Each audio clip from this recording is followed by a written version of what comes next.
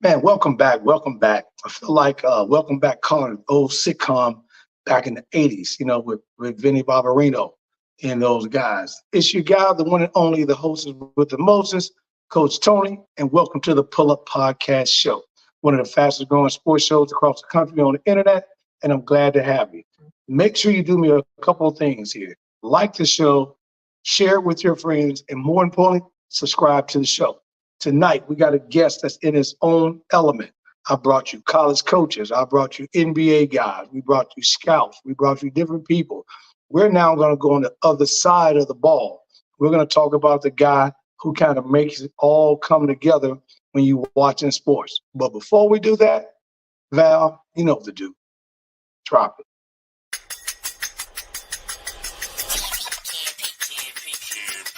It's the Pull Up Podcast. It's the Pull Up Podcast. It's the Pull Up Podcast. Pull up, pull up. It's the Pull Up Podcast. It's the Pull Up Podcast. It's the Pull Up Podcast. Pull up, pull up. Val's the voice and Coach Tony, you know. It's the Pull Up Podcast. So, I said Val's the voice and Coach Tony, you know. It's the Pull Up Podcast. So, it's the Pull Up Podcast. It's the Pull Up Podcast. It's the Pull Up Podcast. So.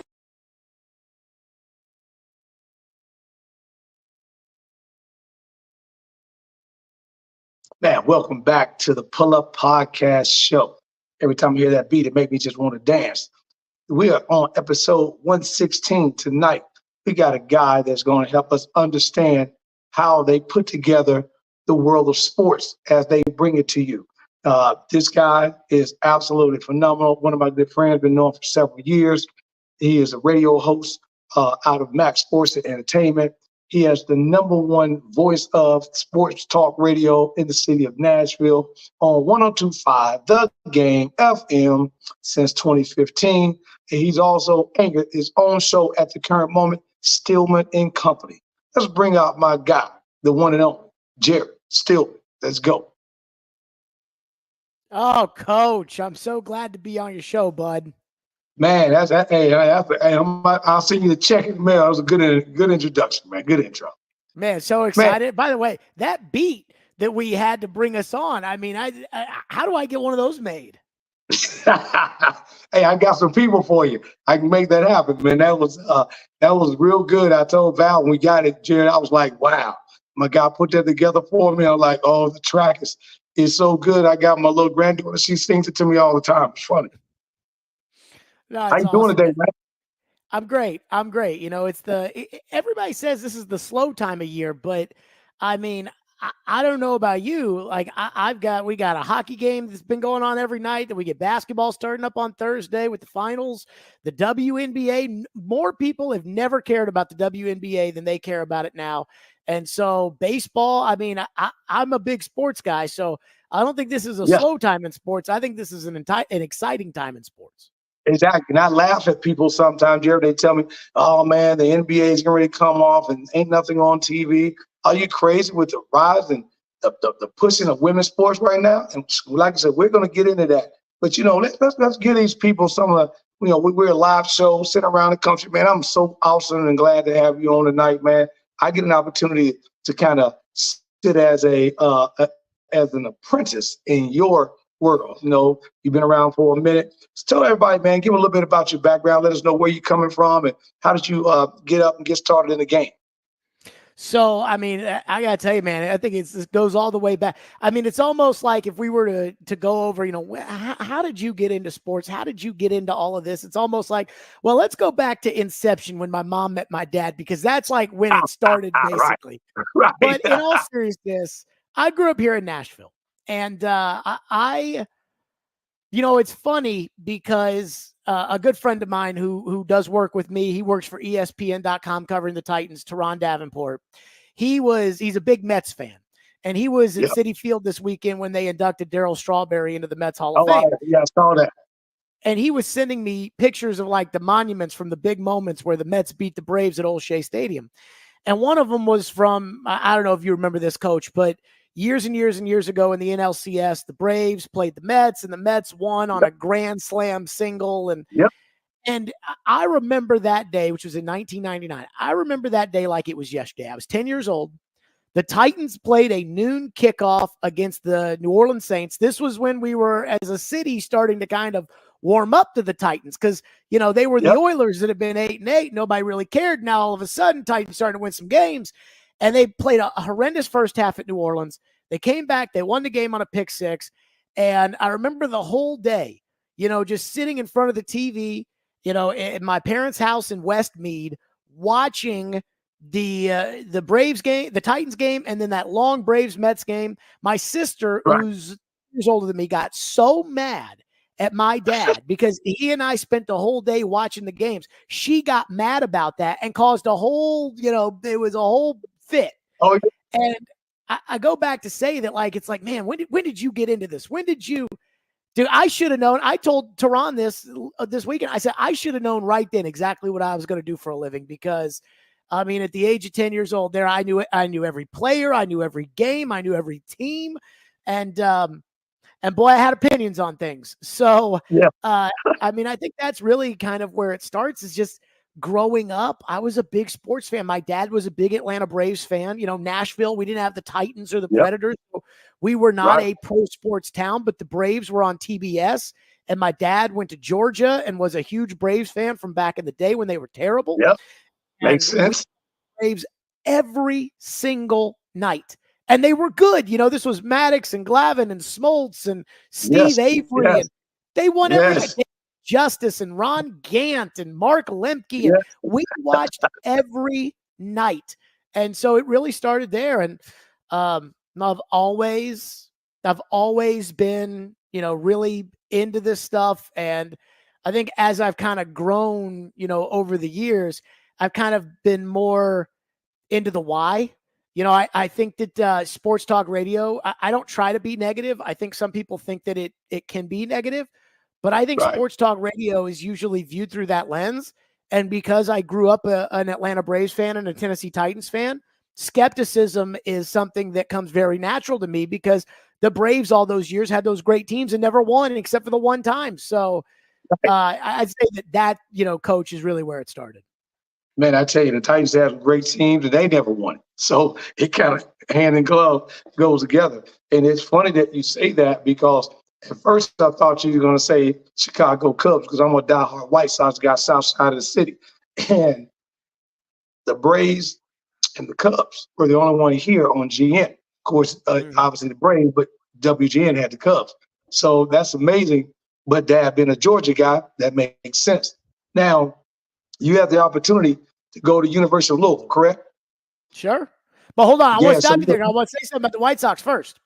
Okay. Because when I was a kid, I used to go, like every kid, probably should if they're a sports fan. We went to that old Greer Stadium to watch the Sounds. I can't tell you how many Sounds games I went to in my life. And the Sounds at the time when I was a kid, they were the AAA affiliate of the White Sox. And correct. Coach T, I cannot tell you how many times I'd be watching WGN. First of all, I loved Hawk Harrelson. Like, he was my number two guy. Put on it, boy, yes. I mean, yes. He was my number two guy behind all the Braves guys on TBS. But there would be a time to get called up. And it'd be a regular game, Saturday afternoon on WGN. And they'd say, oh, so-and-so was 3-5 at Nashville before getting called up. And I'm like 7 years old. I'm running through the house. I'm like, Dad, they just talked about us on the White Sox game. And so I used to get real into that. Robin Ventura was a Sound. Ray Durham was a Sound. Chris Snopek was the Sound. I mean, Maglio Ordonez was a Sound. Like, I got really into that. And so even though I don't care about the Sounds now, like, I go to the games, have a good time, but like, I don't care. I always remember that like when I was a kid, that like, man, like seeing those guys get called up to the big leagues, like that was so, I mean, that was pretty cool. And then when I got a little bit older, we go to the games, we get autographs, some of the really, really good players. Like I remember Bronson Arroyo. I don't know if you remember him, pitched for the Red Sox in the World Series when they broke the curse, and he pitched for the Sounds. And I got his autograph. Thought that was so cool. Orlando Merced was with the Pirates, which the Sounds are AAA affiliate. And I remember this. I remember Orlando Merced back in the day was like the dude. And here he is, just walking around the old Greer Stadium. It's Orlando. So it was honestly, I cannot, as we talk about where all this stuff comes from, I cannot leave out the sounds. Now, did you get the same opportunity? Because our beloved Michael Jordan, see him Madhouse on Madison tonight, baby. Chicago all the way. We got Summer League coming up. But Jordan, unfortunately, Pops got murdered and he ended up stepping away from the game. We thought it was forever. Lucky it wasn't. And how ironic, and a lot of people may not know this, even though he busted his last jump on Bryant, he should have walked away from the game at Utah on the flu game with the shoes on. But a lot of people don't realize he wore number 45 playing for the Birmingham Barons. So I'm assuming you probably got an opportunity to see him just come to Greer Stadium a couple of times. But a lot of people don't realize, too, he had 45 points in that last championship ring that we had that night, matched his number. So stuff like that was just completely just off the hook. And I'm a diehard White Sox guy. I'm talking about back in the old stadium at the old Kaminsky, watching Greg DeBull Lazinski and old Carlton Fisk when he was there, right? We talking about Ozzie when Ozzie was young and Harold Baines, and a Big Hurt when he was there. So it was amazing, man. Absolutely amazing. The rats running around there at old Comiskey Park. Right. Everything down on 35th. You come down on 35th and jump off on the L stadium right there. And then they turned it around and put us in the new, U.S. Cellular. And, we haven't been the same. So I was 4 years old, I believe, when Jordan played. The Minnesota Twins had a Double-A affiliate that I think is now the Round Rock team, which is now Triple-A. But right. they were the Nashville Express for like 2 years, and they shared Greer Stadium with the Sounds. So they were the Double-A affiliate of the Twins, and that was the team that Jordan played at Greer Stadium, was the Nashville Express. And I have this. We went to the game, but I remember it. All I remember is my aunt, my late Aunt Sandy, telling us, that she was the one that got the tickets, and she was the one that was like, "Guys, guess what we're doing tomorrow? We're going to watch Michael Jordan." And I went crazy. Like the idea of going to go see Michael Jordan play baseball. Not on a basketball court either. We're talking about on a baseball court. So apparently the old story goes, Jordan was slated the next year, 95, which we all know that he left because, basically they were going to use Jordan as kind of the strike breaker. And Jordan said, "Look, man, I'm not getting involved in this. Like, I am not." And I bought y'all a bus. I bought y'all a brand new bus too. he was not going to get involved in the strike. He was not. They figured when they tried those replacement players that they were going to get Michael Jordan to be one of the replacement players, and that people would watch these terrible replacement player baseball games over the regular players because of Jordan. And Jordan said, "Look, I've been a part of the players union in basketball. I am not doing this." And that's when he went back to basketball during the strike. But if the strike had never happened, Jordan would have spent 95 in Nashville with the Sounds. And so they renovated parts of Greer Stadium. They brought in all new cash registers and everything, thinking that Michael was going to be there for 50 or 60 games or whatever it was. And Michael never played a game as a Nashville Sound. That is absolutely incredible. And we dropping some nuggets, some knowledge here with my main man, Jerry Stillman, here on Coach Tony and the Pull Up Podcast show. Is great, man. Make sure you like us, share this show, and more importantly, subscribe to it. Let me ask you something. So, now it's giving you some insight, kind of like it was myself. I know exactly how you felt as watching those games, me coming up knowing I was going to be a basketball player. People thought I was insane because I was playing one-on-one with myself in the driveway with garbage cans. And we're talking about Chicago, back in the day when I got to cut the fingertips out of the gloves, just wouldn't be, getting frozen outside. Mom's like, "Come on in the house." Like, "No, give me 1 minute. I'm playing a game of 21 with Jordan." Who? I'm in the backyard, man. I've got, Pippen Jordan in my head, doing everything with the garbage cans, man. So to hear you say how you sat down and start to watch as a kid and start to formulate that idea of kind of, hey, this is what I want to do for the future, and then made it, man, is absolutely awesome. Well, now that I've started paying for stuff in my life, now that I'm a grown up, I now know, I don't know how old I was, but my parents had a 2-car garage, right? And like a lot of garages, you know, there were the little like slits in the, you know, the garage door windows inside the garage door. And I was standing, and there was a, you know, brick right in between it. And I had put up a strike zone, and I was, you know, out there pitching in the strike zone. I let one get away from me, and it broke the window, like the glass window of the garage door. And I mean, this must have been like 4 o'clock in the afternoon. My dad usually got home around 5:36. My dad gets home. I was like, so, right. I did that today. And honestly, my dad, I mean, he wouldn't have that, trust me. But now that I know how much that kind of stuff costs, I'm a little surprised he wasn't more mad. Right. Exactly right. So that's funny. Hey, listen, we're gonna take a break, finish in the first quarter here on the Pull Up Podcast Show. We'll be right back. We're gonna pay some bills. Be right back with my man, Jared Stillman, on the Pull Up Podcast Show. Well, let's pay some bills.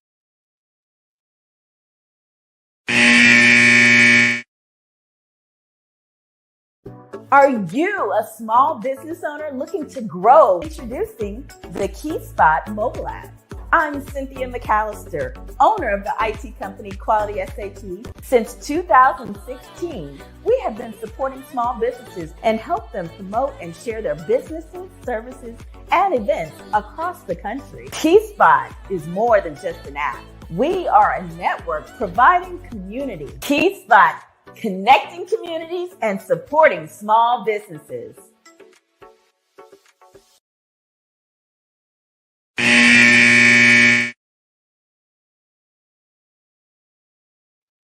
Welcome back to the Pull Up Podcast Show with your main man right here, Coach Tony. Man, we got some people that's checking in with you tonight right here. Bella, baby, what's going on? Thank you for checking in. Wise, my man, always wise choice. I tell you, Jared, I got the coolest name ever. His name is Wise. I tell him all the time, he's the wise choice. And, you know, if you guys got a question for Jared, make sure you put that in the chat line. Angelique, thank you for checking in tonight. You know, continue to talk to us. We're on the Pull Up Podcast Show. Jared, let's jump into the now you are there.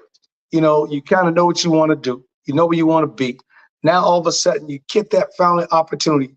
And Louisville's a little chilly. It's colder than Nashville. But now you're going to be shipped off to Concord, New Hampshire to jump in that first gear. Hey, how did that, you know, that was eye-awakening, first of all, weather-wise, but how was your mentality on that? So, I mean, I would say this, you know, when I was in college, I went to college at Louisville. I didn't know what I wanted to do. Like, right. I knew that I wanted to work in sports. And Louisville had a very good sport administration program. And it was an ESPN, the magazine, you know, back when that used to exist. And, and I decided I was going to be a sport administration major. And I was working in women's basketball because a coach of mine at my high school had played for a coach that was there at Louisville. And so I had the connection. So I was working women's hoops. We go to the national championship game my freshman year. You know, even though it was women's basketball, I wasn't a player. You know, I was still part of the team. And I really, really embraced that. You know, we were very good, very competitive. And so I was trying to figure out what I wanted to do in sports. And we brought in, you know, our sport administration program brought in some teacher from UCF, I think, and he was considered like the guru. And he asked if anybody wanted to be a general manager. And I was like, I would love to be a general manager of a baseball team. And he was like, do you ever play? I was like, no. He's like, well, go get an Xbox because that's the best you're going to get as far as that's concerned. Now, what I hate about that is that at that moment in time, I was like, okay, he's the guru. He's right. I'm wrong. I don't, you know, whatever. Right. Baseball has gone the way now of all the guys that are GMing these teams. None of them played. They're all fat guys like me that are, you know, analytics and, you know, bull crap and everything. You know, we don't have former players GMing anymore. And so, you know, there's a part of me that, like, you know, wishes I didn't take that, you know, so literally. But I was doing a lot of broadcast work in college and I was pretty good at it. And I felt like, okay, this is kind of my calling. So in order to get a job, you know, I didn't know where anybody started in this stuff or how anybody, somebody that I worked with our women's hoops team, who is now an executive at the Orlando Magic. Her name's Becky Bonner. Her brother, Matt Bonner, used to play on the Santa Florida guy. Yes, sir. Absolutely. So he was from New Hampshire. They were from New Hampshire. And he had a little show on this because he's the first ever, and I think only ever NBA player from New Hampshire. And so he had a little show on this tiny AM station. It was one of the oldest stations in the country, WKXL, up in Concord, New Hampshire. And that was more of a news talk station, but they did a little bit of sports. And so I anchored the morning news there. I'd wake up at like 5 a.m, drive 30 minutes in blizzards. You know, I don't like to drive if it snows a little bit right now. But I mean, it's definitely a blizzard in New Hampshire. Yeah, New Hampshire is blizzard. If nothing shuts down, it's like Chicago. You push it, keep it rolling. I mean, I was sitting there driving, you know, like 20 miles an hour on the interstate. We got people flying down by me like I'm there. They must think I'm crazy. So I would do the morning news, and you know, a lot of stuff like there would be a website. You pull up the stuff. You know, 3 people today were killed in an accident along I-93 at this time. Blah blah blah, whatever. And then I did an hour of sports at night. And as miserable as I was, you know, I didn't really know anybody there. I was trying to make new friends. I mean, that part of the country, it's a great part of the country. It's beautiful during the summer. It is miserable during the winter. The people there are so different from the people in the South. And I'm not saying it's bad, but it's different. And so for me, it was like a total culture shock. And I would say that that's where, you know, I think I got a little bit of my spine as a sports talk show host of like, hey, man, like, if I think you're lying to me, like, I'm going to call you out on it. Because in Boston, they don't do the sunshine. You know, it's, you know, they don't like something. If they lose this finals, you know, people in Boston are going to go nuts about Brown and Tillman, call them losers and all kinds of, because that's just how they. And so I think I got a little bit of that there. And I was there for about a year. And I remember as I was kind of headed towards going back to Louisville to do radio there, I was covering the governor, Maggie Hassan, who's now a U.S. Senator from New Hampshire. She was the governor at the time. And I was covering an event that she was doing at some like wood chipping plant. And I was like, get me out of here. Like, get me out of news talk. And yet, without that experience, and Chris Ryan, the guy who gave me the opportunity, he's a big time host there. You know, New Hampshire has the first presidential primary. So he was all on, you know, TV, Fox News, MSNBC, all of that, you know, talking about the New Hampshire primary. He's very in there. You know, I don't really try to go get the big guests, but in New Hampshire, he's, you know, getting Barack Obama, Mike Pence, and, you know, all that kind of stuff on it. Chris Ryan gave me the opportunity. That is probably the single most important opportunity in my career. Because even though I got a great opportunity in Louisville from Drew Diener, and I got a great opportunity here from Jana Hampton in Nashville, had I never had that opportunity, I don't know when I would have been able to get started. I know that I was good enough that I would have been able to get another job after New Hampshire. But Chris took a real chance on me, and I'm not even totally sure that I really, you know, gave him back in return what he gave me. But I'm incredibly grateful to him for the opportunity. And even though I wasn't there very long, I think there was a humongous impact that made on me as a host and me as a worker, as a grinder, you know, just to kind of see, because I was in New Hampshire, which was like kind of the minor leagues, but I was covering the Boston teams, which was absolutely the major leagues. And I really, you know, had a lot of like envy, Tony, to sit there and say like, man, this is what I want to be. And I've always stood with me. Man, I'm the same thing, man. I remember getting into your shows and, you know, and I know exactly what you're saying. By the way, your guy checking in tonight, Music City Beats, saying, my guy, Jerry Stillman, he's a beast out here. So he's checking in with your Music City Beats. Appreciate it. My guy, JGR, Toronto. That's my homeboy. Got a chance to meet him. Jason, thanks for checking in.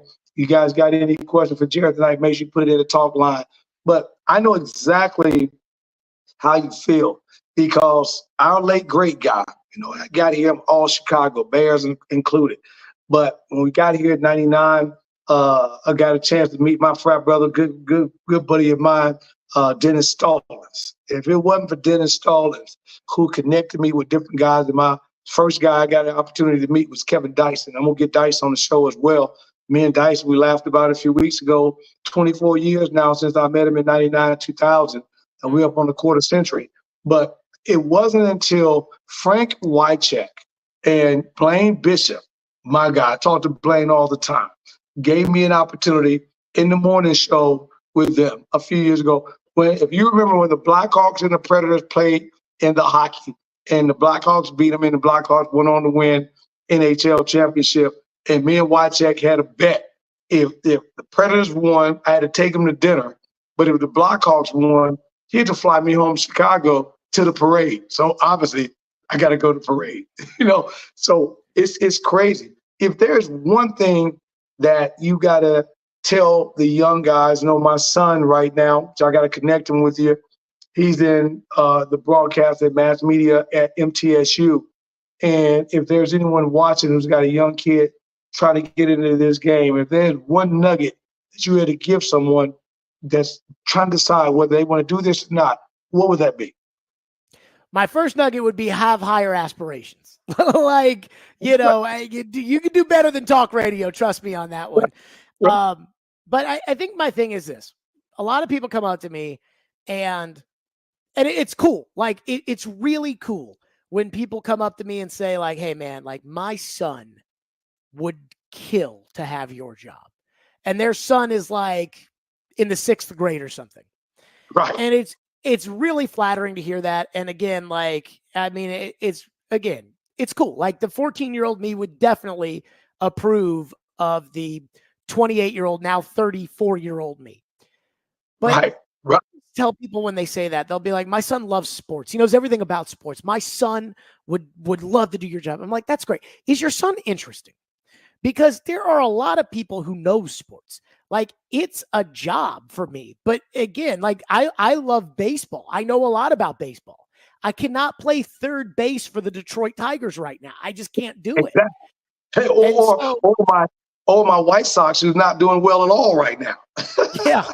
I mean, and it's like, so I tell, and I try to say it very respectfully. And I mean, my thing would be like, there is an interesting element to this. There is an entertainer element to this. I mean, a lot of people, honestly, one of the things that drives me crazy about my job is that there are people that think that I make up my own opinions. I get worked up about them and that I do it, for show. You definitely get worked up. I've seen you get worked up. I get worked up. I mean, that's for sure, but it's never contrived. Like, I mean, the things that I get mad about, like I watch Titans on Sunday. I get mad. And what I'm talking about, that's what I think. Like, that's how I feel. And people say, oh, he just does that for ratings and he just does that for clicks. And it's like, no, dude. Now look, is there an element of it where I talk about it over and over and over and over and over again that I probably would do if we were going to dinner? I'd probably say it once and leave. Yeah. Okay. Well, yeah. It's a show. Like, it's a show. Like, that's the point. But at the same time, like, you gotta have some interesting in you. You've got to have some. Right. Yeah, you gotta have some juice. You gotta have that swag, baby. It's like that. It's like that street swag. That's what your boy, Ole Miss 26, Ole Miss 26, checking in says, man, I love listening to Jared. What is his overall season prediction with the Titans? Because he said, he talks back and forth about him. He just wants to know, what are you predicting on the Titans this year?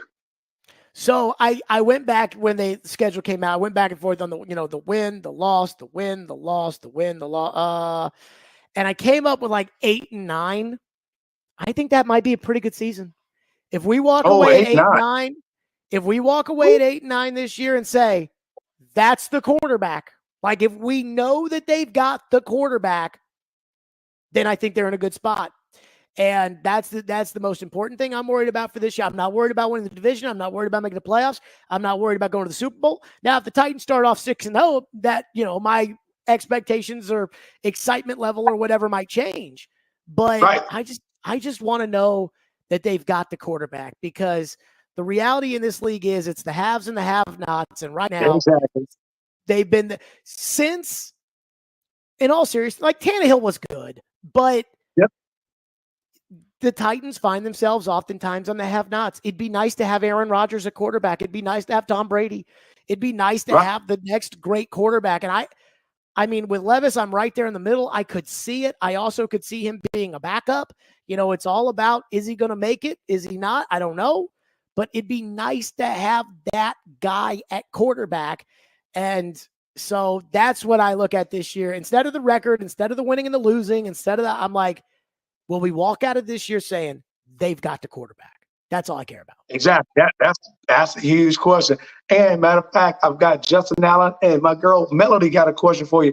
But we come to halftime real quick. You know, we got to go on halftime and take a break. Val, let's pay some bills. We'll be right back on the Pull Up Podcast Show with my guy, Jared Stillman from 1025 The Game, Nashville. Val, take it.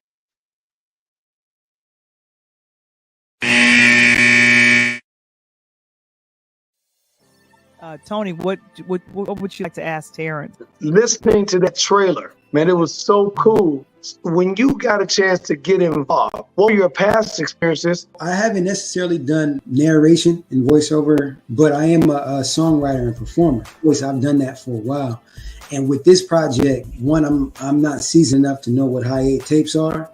So I'm just pulling off of my experiences with elder people in my life from their stories and try to connect that bridge. So I just tried to do that the best that I could. And I'm happy with how it came about. I'm excited for people to start seeing it and seeing how over these many years it's come full circle, as John said. Terrence hits on a great point. The spirit of the film is based on the spirit of the music and the times of the 90s. That was important that came across because that was a different frequency, back then. It was an exciting, challenging time where you felt the birth of a new musical movement was happening.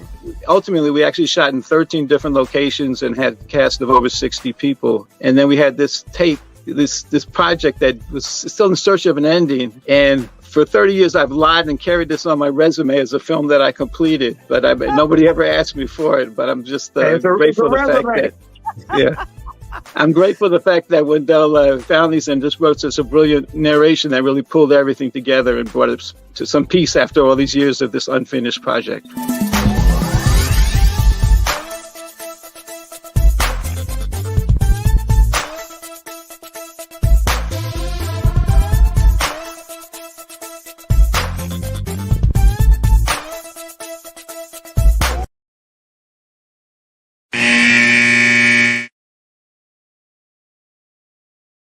Man, we had to go in and get some of that Gatorade at halftime. Welcome back to the Pull Up Podcast Show with your main guy, the one and only Coach Tony, and my guy, Jared Stillman. Jared, you got some people checking in on you right here. Miss Melody said she's got a question. And my guy, Justin Allen, my coach, said, what's happening? Hey, Jared, thanks for being part of the show. Glad to see you. But Miss Melody wants to know, and I'm not even going to let you chop her down on this one. She wants to know, why did D-Hop wasn't all in for the Titans? And why would you alert the people when D-Hop isn't at his voluntary practices anyway? It took her about 5 minutes to make that decision. So I got a text into the text line. This was, I want to say, maybe Wednesday. I got a text in the text line that said, hey, should we be concerned that DeAndre Hopkins scrubbed all Titans pictures from his Instagram? And I knew that he, wasn't at practice on Wednesday, the open OTA. I don't know who's at the OTAs they don't let the media go to. I only know who's at the ones that they don't go to.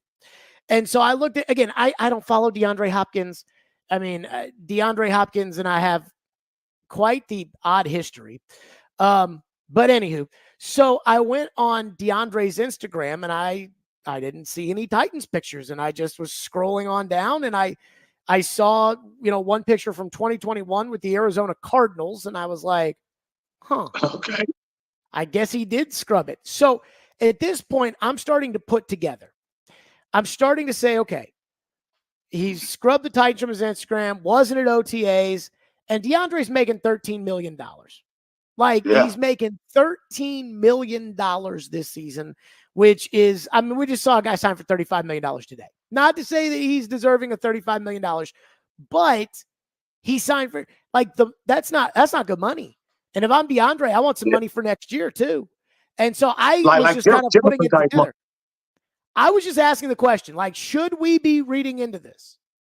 Right. But the one thing that I do have to say is heaviest is the head that wears the crown. And so I say something like that, and everybody runs with it like Jared Stillman said. Oh, my God, Jared Stillman. And then the morning show, which is also the top rated sports show in its time slot, now the Right. morning show Right. starts. So now all of a sudden, again, this is all Jared Stillman said, and the big bad Jared. So I'm like, I just asked the question. And then everybody gets mad. And it's just gotten to a point now, Tony, where honestly, like everybody gets mad. I don't care. Like you can't gotta be let it more roll. mad at me and for me to Exactly. be upset about it. Like I don't Yeah. care. So a lot of people got all worked up about that. Let me just say this. DeAndre Hopkins making $13 million this year. If I was DeAndre, I think I would want some more money for next year. Sure. I mean, if you're looking at Jefferson, who just what 130 million a day, 140, 140, 35 a year, and I think 110 guaranteed. correct. I'm D-Hop. I'm looking for some more of that too as well. But I used to love it, man, when you and my guy, man, Coach Reese, you and Jared in the gym on in the morning, man. How was that show? Because I thought that was one of the biggest shows in Nashville. You talked how it was, and the coach had that insight for you because he was a true Titans guy and all that. And then that show came to an end and right around the COVID before you end up taking off doing some things. And how was it working with Coach Reese? Man, I'll tell you, you talk about, after he died, it was really rough on me. I'd had grandparents pass away and things like that, but I hadn't had anybody that I, was around every day pass away before. So this was the first big loss in my life. And I was talking to my parents and I was talking to my mom, and I asked my mom, I asked her, the first thing I said, I asked my dad, I said, hey, did you know that when Floyd died, that this was going to screw me up as bad as it did? And he looked at me and he goes, yes. He's like, yes, I knew. And then I was talking to my mom about it. My mom said, she goes, as a parent, you never get to pick who influences your kid. That's you correct. always hope it's the right person. That's but exactly you right. never, as a parent, get to pick. And she said, the fact that I knew that was the person who you listened to the most, that was the person who influenced you the most, gave me great comfort. And I've never forgotten that, because that's the best way to say it. Like, I mean, I can't tell you how much I miss Floyd on the radio, and we get into it sometimes. It had a great the hurt in the fan.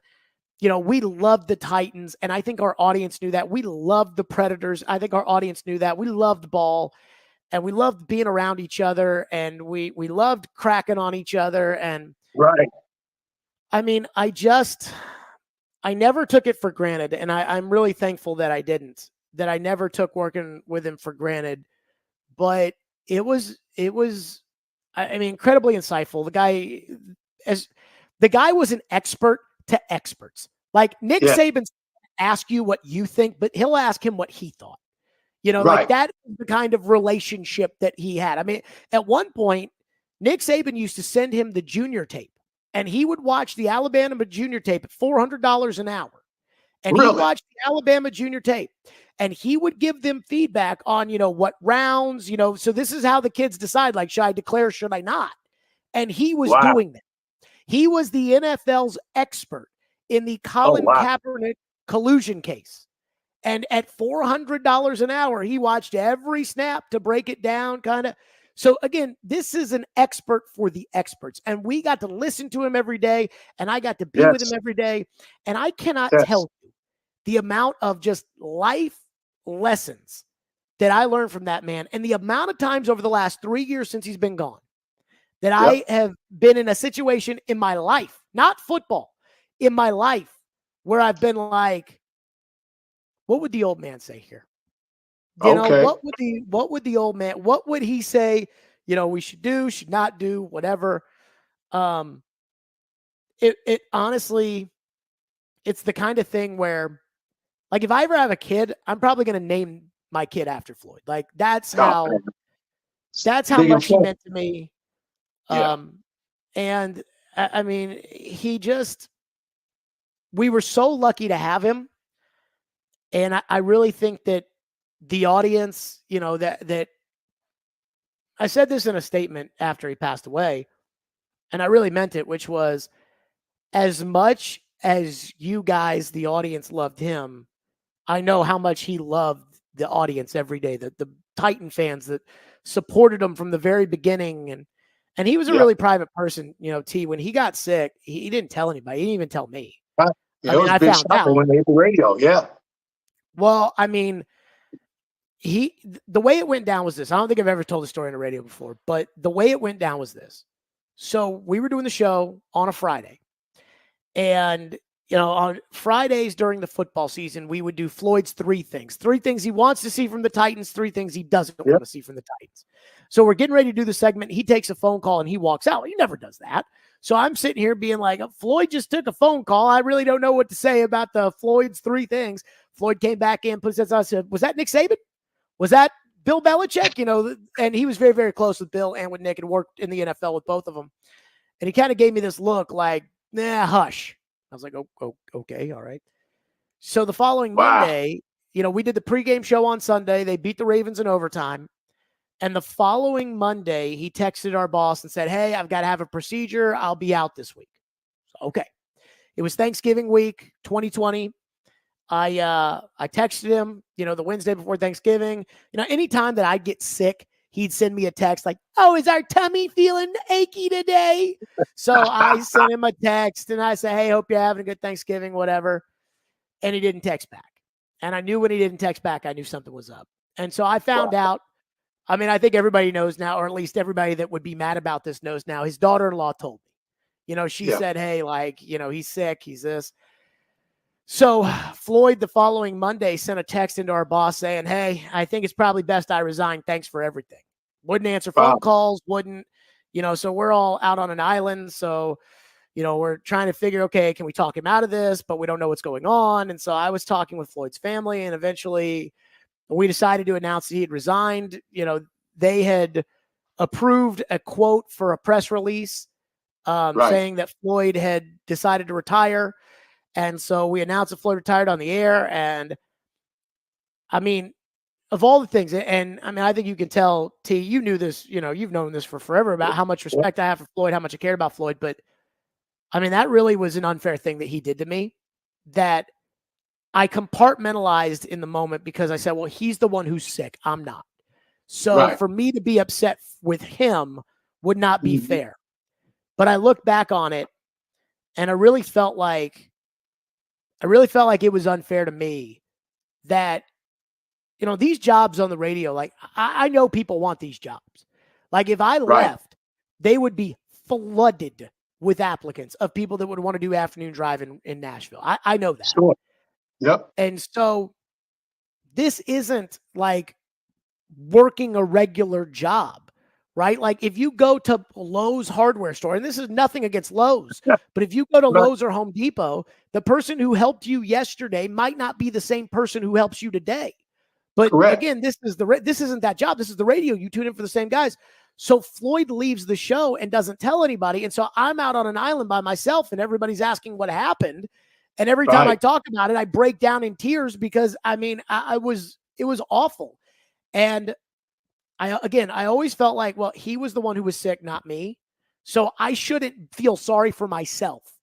And I think after he died, my dad really, really liked Floyd. My dad and Floyd really got along really well. They were about the same age. And my dad was almost always, any argument we'd have, he'd always take Floyd's side. But when my dad told me, he was like, yeah, man, like I was really upset with how Floyd did that. Like, then I realized, maybe it wasn't fair.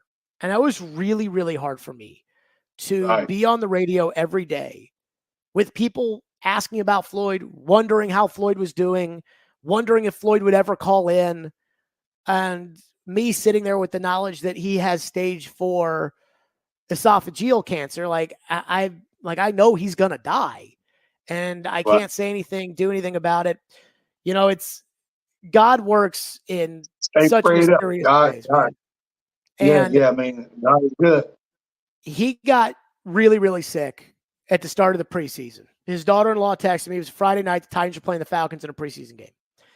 And she texted me and said that he went in for this big scan and it came back bad. And I knew at that point that it was inevitable that at some point he would pass away very quickly. And we went to Tampa. I did. Titans were scrimmaging the Buccaneers. The Bucs were the defending champions. And Tom Brady had a media availability.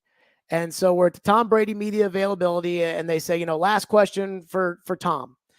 And, Tom and Floyd knew each other from their days at the Patriots. And Right. so Floyd had been inducted into the Titans Ring of Honor at this point, and I knew he was sick, but most people didn't. And so I said, Tom, you and Floyd Reese worked together in New England. I was wondering what you think about him in the Titans Ring of Honor. And Tom goes, oh, yeah, Floyd Reese, great coach, great general manager. His teams were very hard to play against. He was a football lifer through and through. And spending time around him in New England was a lot of fun. And I sent that video of him saying that to Floyd's son. And, Wow. This was Wednesday. Floyd died on Saturday morning. And so this was Wednesday. And they said at this point, he would just sit on the couch, watch TV, didn't talk, wasn't doing any, whatever. They showed him the video of Tom Brady, saying all the nice things about him. And they said his eyes got real big and shot up like when he saw the video of Brady talking about him. Wow. And so I know that at the end of his life, being inducted into the Titans Hall of Fame, the Ring of Honor, was so important to him. And then, moments like that, I'm like, I think that it's kind of a God thing, that he was able to see that, football meant so much to him. Brady's the greatest player who ever lived, and he would fight anybody who said otherwise. And so I always think about those kind of moments and how like it's all kind of meant to be a little bit, but I mean, it was really difficult. And then we did a show, this was still, even though people were moving around and about at this point in COVID, it still was a real thing, especially with the new variants that were out there and everything. And so he didn't really have a funeral. So his memorial service was a 4-hour program, the Monday on our show after he passed away. And I remember the show. We had Nick Saban on the show, and we had Pete Carroll on the show, and Mike Keith on the show, and Jim Wyatt on the show, and all these people that had huge Titans ties and NFL and football ties, and I very rarely do I do the show for the whole audience, for the entire city and what they care about and what they don't. That was the one day where I did that show for like an audience of 6. Floyd's wife Sally, his kids, his grandkids. That's pretty much it. And Right. Well, I tell you, that was a really tough show. And just one other thing that I would say about this is around the same time Mike Golick left ESPN, and Mike Golick had a quote somewhere in a story where he said that he and Mike Greenberg weren't really friends. That Mike and Mike had that great chemistry for all those years, but those guys weren't really friends. And I read that and I thought to myself, I worked with Floyd for 5 years. And at this point, I think I had been with Caroline for like 1 year. And Caroline and I were together for 2 years, and now she's doing a great job on our midday show. But I mean, the relationship that I felt like I had with Floyd and the relationship I feel like I have with Caroline, like I don't know how Mike and Mike couldn't have been friends. But I mean, had Caroline not been there, it would have been really hard for me to get through all of that. She was like 23 years old at the time. And she's a really great friend. And I don't think I've ever expressed that maybe enough. Just like I know it's a show and I know we're all characters and I know, but to have co-hosts who I care about as much as I do, and in turn, who I hope care about me as much as I think they do, I think that's a pretty special feeling. And I consider myself incredibly lucky. Oh, yeah. You've been around some good people, man. And we're going to bring up the next point. We come back. We're going to take the last break of the day with my guy, Jerry Stillman, 102.5 The Game here at Nashville, Tennessee, with your boy, the one and only Coach Tony on the Pull Up Podcast Show. Val has paid his last bill and get these people out of my pocket. Are you a small business owner looking to grow? Introducing the KeySpot mobile app. I'm Cynthia McAllister, owner of the IT company Quality SAP. Since 2016, we have been supporting small businesses and help them promote and share their businesses, services, and events across the country. KeySpot is more than just an app. We are a network providing community. Key Spot, connecting communities and supporting small businesses.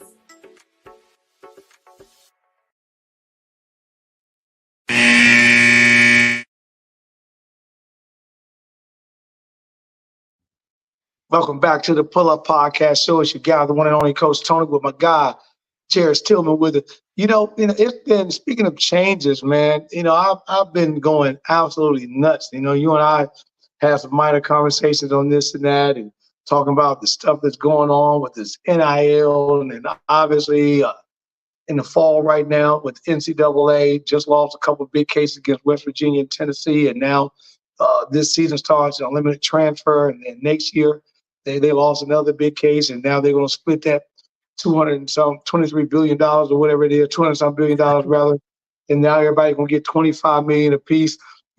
When you look at that and you take a look and you break it down, I'll give you my opinion. I want to hear what you got to think about it. Someone just asked me this weekend, Coach T, you're sitting down and you're the AD of this school. You're the Power Five, because I call it the Power Four, right? Because it's all five, but there's no longer the Pac-12. They're gone. And eventually, the ACC will be going, in my personal opinion, you'll be down to three: Big 12, Big 12, SEC, and Big 10. But they were like, if you're going to get this money, how are you going to break it down? Well, we know that football, basketball are your two revenue-generating sports. So I'm thinking, if I'm an AD, depending on what school, I'm probably going to give football $10 million out of it. Basketball, I take 8, men I take 5, women I take 3. And if I got a good baseball program like Tennessee or Vandy or one of these guys, baseball probably be an extra 1.5, 2. When you're looking at the changes that are coming about, that are coming down the road, now we also got Title IX, and women's soccer and women's basketball is taking off. Where do you see, do you see the NCAA got this right? Do you see they got it wrong? Or what do you think that the changes really need to be in terms of fairness across the board? So I think that what's happening was inevitable. I just didn't know when it would come. I don't know if there's a right answer for the NCAA. I think if the NCAA could have paid the players, I think they would have done it before now. But I think that they looked at it and said to themselves, if we do this, then how do we spread out the revenue equally because of Title IX? And it's interesting that you say, if I was an AD, I talked to Scott Corley last week, who's the Belmont AD, about this. And I asked him specifically, I said, okay, if Fox were to give out a $50 million check to Ohio State, because again, Fox has the Big Ten and Fox pays the Big Ten teams. And correct. I mean, could they give 40 to football and 3 to women's basketball? I mean, that's not, but if it's Title IX, would it have to be 25 to men's sports, 25 to women's sports? And he said, that's going to be a decision the courts have to make. And I think there's a chance that under Title IX, they're going to have to do that. And so at that point, it becomes, so volleyball and women's basketball at UCLA get paid the same that football does. And a lot of people are not, that's going to be a problem. And so I don't know exactly what you do with this. 10 years ago, 11 years ago, I was on the radio in Louisville. And this was a very popular topic. I don't know if you remember when Johnny Manziel and Todd Gurley got suspended for signing on. Yep. And we had this big talk about, okay, so how do you pay the players? And it's like, well, you can't because of Title IX. What NIL did was NIL kind of made it so that the schools weren't the ones paying the players, so it didn't have to be equal. But the one thing I said then and the one thing I'll say now, all I care about is that I can sit my ass on the couch during the fall and turn on the big SEC game on Saturday. And all I care about is in March that I can sit my butt on the couch and turn on the tournament. And so I don't care if we pay the players $1 million. I don't care if we pay them $1 billion. As long as I can watch games, as long as we can get excited about the bracket, as long as I don't care as a fan. But to answer your question, I don't know the answer. I'm not smart enough. I'm not educated enough to know the answer as to what we're going to do with the NCAA and NIL and everything else. That's incredible. And you looking at, speaking of that, we obviously know the two biggest names that came out of this year that had a hell of a run. And I like the young lady Rice at UCLA right there. She signed a Jordan Brand deal. and got some beats still to go along with. And then you, of course, had Caitlin Clark and Angel Reese, who are now in the WNBA. So I did a show last week, and the show was titled pretty much on that, Jared, was, do you think or feel that these two rookies are being targeted, or do you think it's just welcome to the WNBA, a la Michael Jordan, a la Magic Johnson, a la LeBron James, or whatever, because obviously we've seen the hit that Angel Reese took from Thomas last week and slammed to the floor. I thought that was a beautiful little WWF move she put on her. And then they showed today on ESPN that actually Caitlin Clark threw the elbow before she got chucked to the floor Saturday night. So do you think that these two women, because there are no other rookies, I'm telling you, I'm watching all the games, and I don't see the hype of any other two rookies being through out of bounds, trip, fall, hard picks, besides these two young ladies. So I think jealousy runs rampant. I don't care if it's men's sports or women's sports. Like, this isn't anything new. I mean, do you remember when Johnny Manziel got sacked and they did the money sign? And I mean, so like, what are we talking about here? Let me say this though. So Angel Reese came out today and she said that everybody's making this about Caitlin Clark and that nobody's making this about her. And I laughed my butt off. Oh my God, I laughed my butt off. I was like, be more jealous. Be more jealous. She's the bad guy in the Rocky movie. Like, that's what it like, I think Caitlin Clark's great for basketball. I think that this rivalry between her and Angel Reese is great for basketball. I thought that the run that she had was great for women's college basketball. Her going right to the WNBA has been great for the WNBA. Like, I said this, had the Rangers won against the Panthers in the NHL, the NHL Stanley Cup final would have had New York versus the best player on the planet, Connor McDavid. And I think that would have been huge for hockey, just because having the Rangers in it would have brought so many more eyeballs to a game. I think hockey is a great game. I mean, I think it's excellent, awesome, but you got to have a team to get into it. Right. And so Caitlin Clark is that for women's basketball. And so, I mean, of course people are going to be jealous. I mean, Caitlin Clark is a competitor. She is the biggest name in the sport on day one. And there have been some great women's basketball players over the years that haven't gotten the kind of attention that she's gotten. There's going to be some jealousy there now.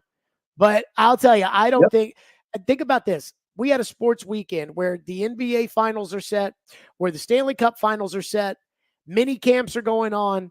And the second biggest story after Justin Jefferson signing for $140 million was a meaningless shove in the WNBA game that in an NFL game would have been a 15-yard penalty, and we would have said the guy that did it was a dummy. That's all it was. And now we got a flagrant 2 and possibly, fines and all that. Because trust me, man, my boys, my guys took me through the ringer because they thought I was going nuts. I was a huge Caitlin Clark fan as she was coming through Iowa. And with me being a coach, I'm a fan of the game, and I'm a fan of the player. And as I explained it, my guys were talking, I said, hey, Steph Curry wouldn't be flying her out to Golden State and working her out, a couple of times a month in the part of his SC program if Caitlin Clark wasn't a true business. And I go back and extend what you just said. These two young women are going to be the reasons why the paycheck and the salaries go up. Like, A'ja Wilson, I love her to death, back-to-back, with the Las Vegas Aces, and then, of course, coming out of South Carolina, winning, and she got mad because Nike gave Caitlin $28 million. That ain't not Caitlin's problem. That's your agent or your rep. She was a freshman or a sophomore when A'ja was coming out of South Carolina, so no one even knew she was going to even be a pro, let alone a great pro. Now she steps up and breaks all these records, and she's coming into the league. And I'm stunned that Angel Reese even jumped up and said that today, because both of them are hot in the news. I would let it ride because she's making a hell of a way now too. And because of, I was listening to something 2 weeks ago, Jared, they talked about, it took the NBA from 1960 to 1985, 25 years. And then a la Bird, Magic, and then with the coming of Michael Jordan in 84, then the league started to turn around, and the Sixers won with Dr. J in the next year in 85, 86, and all of a sudden the NBA was on its way. Do you think that's the same thing that's happening right now, going to happen with the WNBA? Because I'm hoping they give us a team here in Nashville, man. Trust me. So I think that this could be big for the WNBA. I think there's a huge missed opportunity if Caitlin Clark is not on the Olympic team, because yeah, I think that, again, you know, a lot of times we say, oh, this isn't a popularity contest, but in the case of why Caitlin Clark is getting the bigger Nike deal, it's absolutely a popularity contest.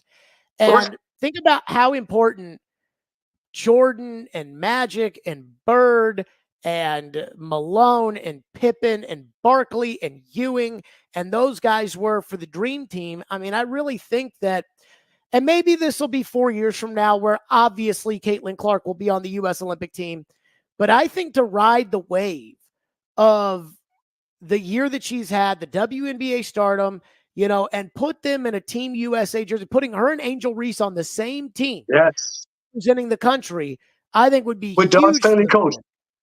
With Don Staley coaching. Yes. I mean, again, that's like Chuck Daly. That's like Chuck Daly coaching Jordan and Pippen on the dream team. You know, it's exactly with Bird and Magic on the other side, that's rocking and rolling. And you know, and I tell you, it's been great. And speaking of being great, you know, I'm at my camp. You know, I'm over at St. Cecilia High School now, man, turning these young ladies around. And I've got my basketball camp going on this week, so I told them I'll shout them out tonight. See you guys tomorrow. Get some rest tonight. We're working hard tomorrow.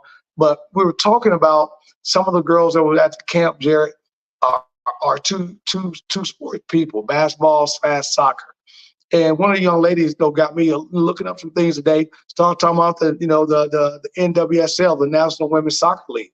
And so I looked at the news, and boom, it was on the news tonight that these women just signed a brand new deal, $254 million to put themselves on Amazon Prime, CBS Sports, ESPN, and ION, which is where ION is got some of the WNBA games. But the amazing part was the league is only 3 or 4 years old, a little younger than the men, but they're starting to put between 10 and 15,000 people in the stands. Do you see the paychecks for these women in the WNSL? Do you see these paychecks will, start to make this our, because we know soccer is the largest sport worldwide, right? Then basketball second. But do you see the women soccer now with women's basketball would be the two sports that start to move the revenue line? Sure. I think with women's soccer, I mean, I would go back to 99, when they won the World Cup and Brandy Chastain took the jersey off right there. And I think that it's been a growing sport ever since. I mean, again, how many pro women's any sport do people know off the top of their head? But when it comes to USA women's soccer, everybody knows Alex Morgan. Everybody knows Megan Rapinoe. Everybody knows, a lot of the greats over the years that have played women's soccer, Julie Ertz. A lot of people know her. A lot of people. So like women's soccer, I mean, that has always been a big deal for the last 25 years in this country. I think that between that and women's basketball, what Caitlin has done, and I think, again, live sports rights right now are the number one thing. The NBA's TV ratings are declining every year. Yes. And the money is doubling. Yes. I don't understand it, but the money is doubling. Like they can name their price for the NBA. And again, less people are watching it. So what's happened is, as the ecosystem is now demanding more live sports rights, it's like, well, we've got to get our hands on more rights, which means that the Pac-12 decided the exact wrong time to die. Because if the Pac-12 was looking for a TV deal right now, they'd get a huge deal from a TNT or somebody like that, because they don't have their basketball money anymore. But that's where these TV channels are trying to justify their carrier fees with cable. So they've got to get the live sporting events. And in this case, women's soccer, their rights were up. It was ripe for the picking. Same with the WNBA, which is a part of the NBA's deal. And it would not surprise me if the WNBA ends up tripling their revenues on this new NBA TV deal.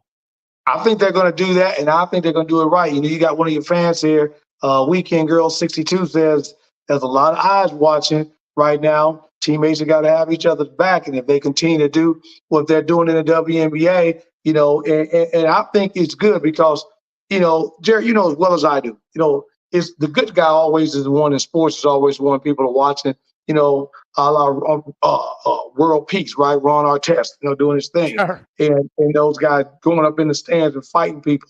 And I think that right now with Caitlin and Angel getting this and throwing it on is something. And you just mentioned about the NBA, and it amazed me what you just said. The money's doubling, the viewership is declining. So do you think, because I don't think it's ready, I've got some inside guys I talk to all the time, a couple of agents that I deal with and whatnot.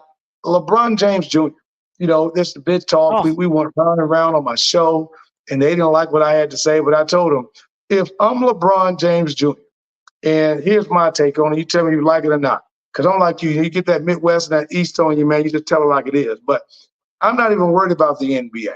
Pops has got my back. I make $13.5 million right now on NIL from Beast, Nike, and a couple other things. And my heart has not been tested. I'm playing 19 minutes a game, averaging a little over 4.5 points a game, couple assists. I'm playing behind Boogie. Boogie didn't get an opportunity to go to the pros. So I'm trying to jump over that scenario. And now I go from 86 feet to 94 feet in the NBA, and I go playing against grown men for 48 minutes.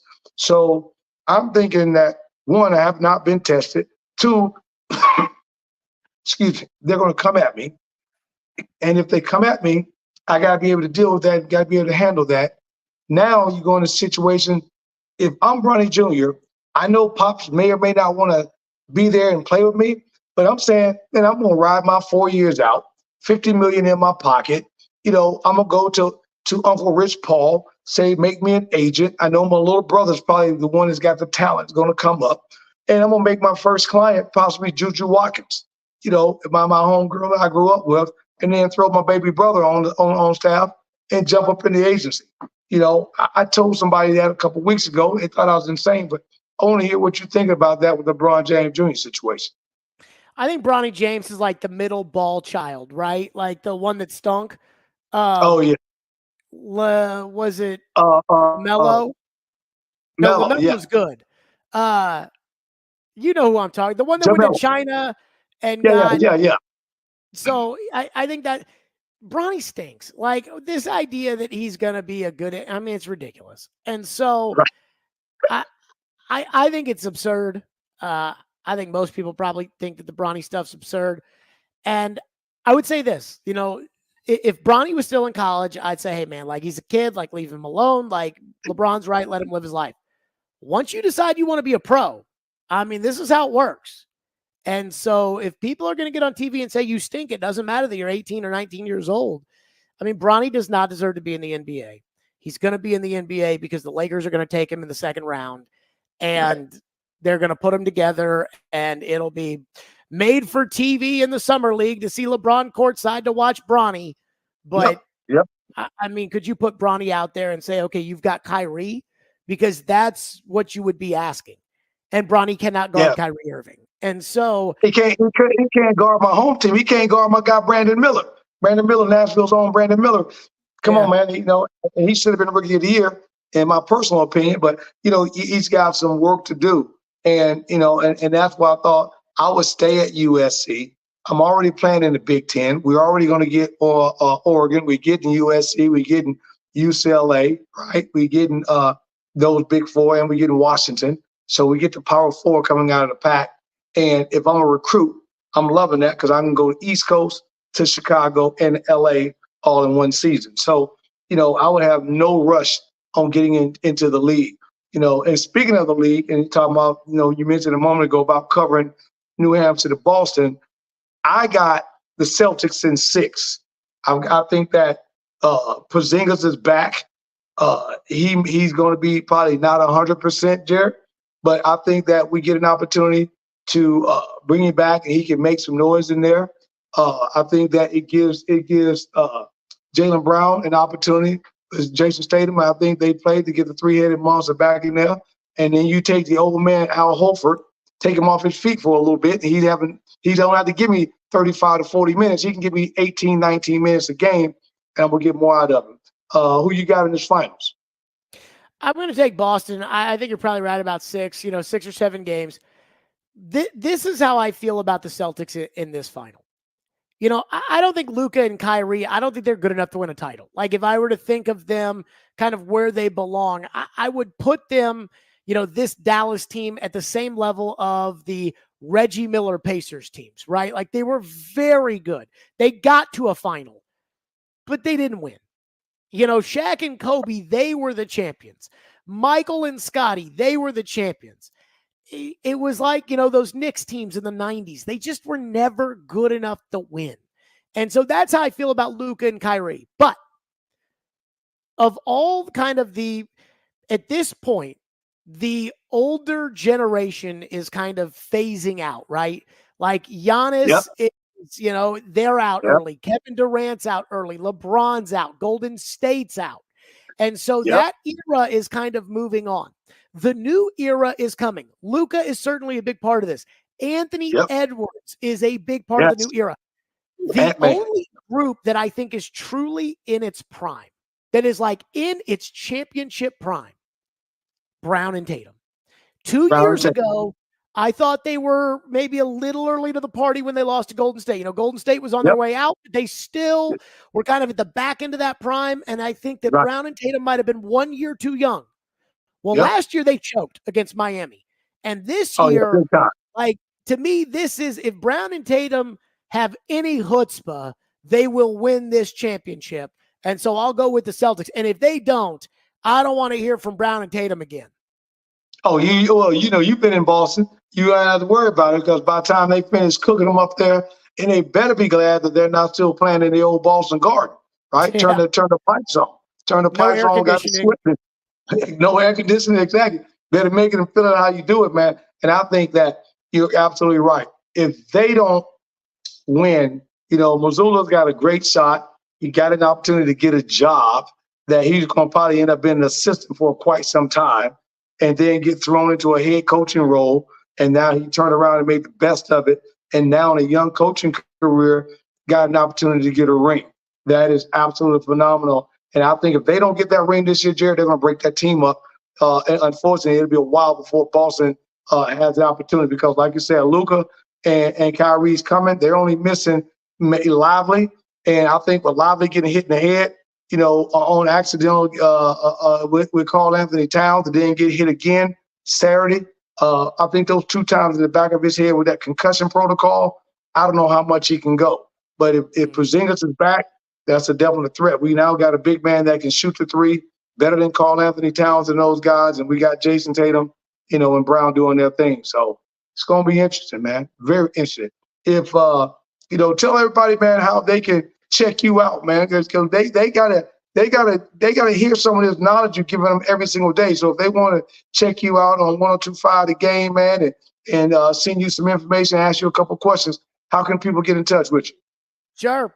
So I'd say first and foremost, we're on Monday through Friday, 2 to 6 p.m. Central Time on 102.5 The Game in Nashville. You can stream it, however you like to stream. We're on YouTube and Twitter and Twitch and all that kind of stuff. Plus, we're, of course, we stream like a radio station. Podcast, anywhere you go, search Stillman and Company. On Twitter, at Jared, Jared, at Jared Stillman on Twitter. And send any questions, anything that way. We'd love to hear them. Man, I appreciate you, man. And don't forget, man, you get those guys. And for those, I'm a big iHeartRadio guy. So I listen to you guys. I was out of town this weekend. I click you guys on between you and Blaine and all the guys. I click back and forth, and stuff like that. Yeah. So it's been great, man. Hey, man, I want to thank you for your time, man.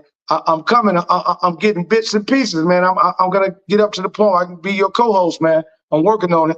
But definitely, man, I want you to come back anytime. Love to know, hear your opinion. We can't afford you, Coach T.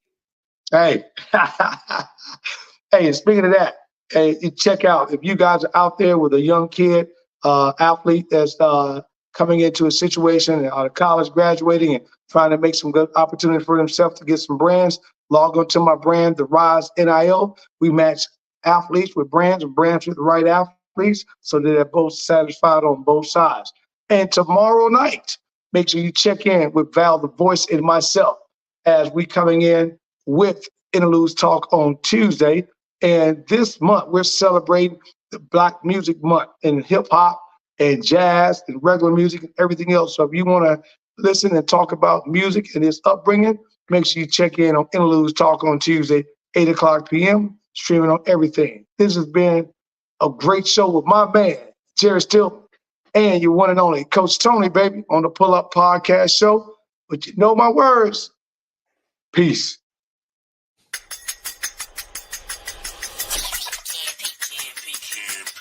It's the Pull Up Podcast. It's the Pull Up Podcast. It's the Pull Up Podcast. Pull up, pull up. It's the Pull Up Podcast. It's the Pull Up Podcast. It's the Pull Up Podcast. Pull up, pull up. Bounce the voice and Coach Tony, you know it's the Pull Up Podcast. So I said bounce the voice and Coach Tony, you know it's the Pull Up Podcast.